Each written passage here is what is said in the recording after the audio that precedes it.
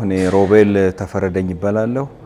የግሬተር ቢዝነስ ኮንሰልታንሲ ሲኢኦ ፋውንደርም ነኝ። ሼር ሆልደርም ሆኜ ነው እየሰራ ያለሁት።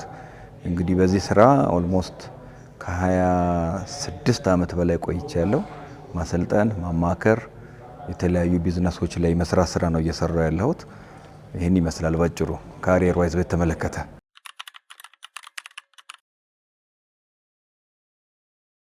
ሰርፕራይዚንግሊ ዚስ ኢዝ ማይ ሰከንድ ታይም። በጣም መጀመሪያ የመጣሁት የባለፈው ላይ ነው። የባለፈው ነበር የመጣሁት። ይሄ እንግዲህ ለሁለተኛ ጊዜ ነው። ባለፈው ቤልቪው ሆቴል የተደረገ ጊዜ መጥቼ በጣም የምራ ወስታችድ በቃ እንደ ክርስቲያን ምንድነው ኮንትሪቢዩት ማድረግ ያለብን የሚለው በጣም ወደ ውስጥ የመጣበት ነው። አሁን ደግሞ በዚህ ደረጃ ትልቅ ዝግጅት ተዘጋጅቶ ሳይ አሁን ሁለተኛ ጊዜ ነው። ኢትስ ቬሪ ኤክሳይቲንግ የሁለተኛ ጊዜ ነው።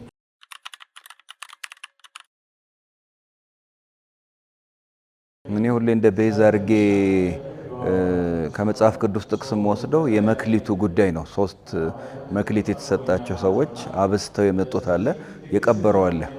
ማብዛት መስራት ኢምፖርታንት ነው። ንግድ ደግሞ ጽድቅ በተሞላበት መንገድ እግዚአብሔርን በሚያከብር መንገድ ከተሰራ ኤቲክስ ካለው ድረስ ኢንቴግሪቲውን ጠብቆ እስከተሰራ ሰዎች ላይ የሚጠቅም ነገር እስከተደረገበት እንደውም የበለጠ መስፋፋት አለበት እላለሁ። በተለይ ከአንተርፕረነርሺፕ ጋር ማገናኘዋለሁ፣ ከማደግ ጋር አገናኘዋለሁና ንግድ ከግለሰብ እድገት ጋር፣ ከሀገር እድገት ጋር፣ ከክርስቲያን እድገት ጋር መያያዝ አለበት።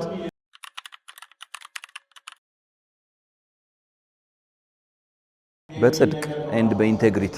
ምክንያቱም ዓለማዊ የሆኑ ነገሮች እንዲያደርግ ጉቦ ስጥ፣ የሆነ ነገር አድርግ፣ የሆነ አድርግ ነው ወይ እሱን እምቢ ብሎ በኢንቴግሪቲ በጽድቅ ትክክለኛው መስመር ተከትሎ ሰው እስከተሄደ የሚያስከፍሉ ዋጋዎች ይኖሩታል፣ ግን በትክክል አይደለም። አሁን አንዳንድ ጨረታዎች ላይ ያጋጥሙናል። እኛ በዚህ መንገድ ብታረግ፣ በዚህ መንገድ ብትሰራ ነው የምታጣው ነገር አለ። አዎ እግዚአብሔርን የማያከብር ከሆነ ግን ቢቀር ይሻላል እና በኢንቴግሪቲ ባጭሩ ለመመለስ እግዚአብሔርን በሚያከብር መንገድ ሰለሞንም ጠቢቡ ሰሎሞን እንደሚለው የጥበብ መጀመሪያ እግዚአብሔርን መፍራት ነው። ስለዚህ እግዚአብሔርን በፈራ መንገድ ካደረግነው ቢዝነስም ውጤታማ የማይሆንበት ምክንያት የለም።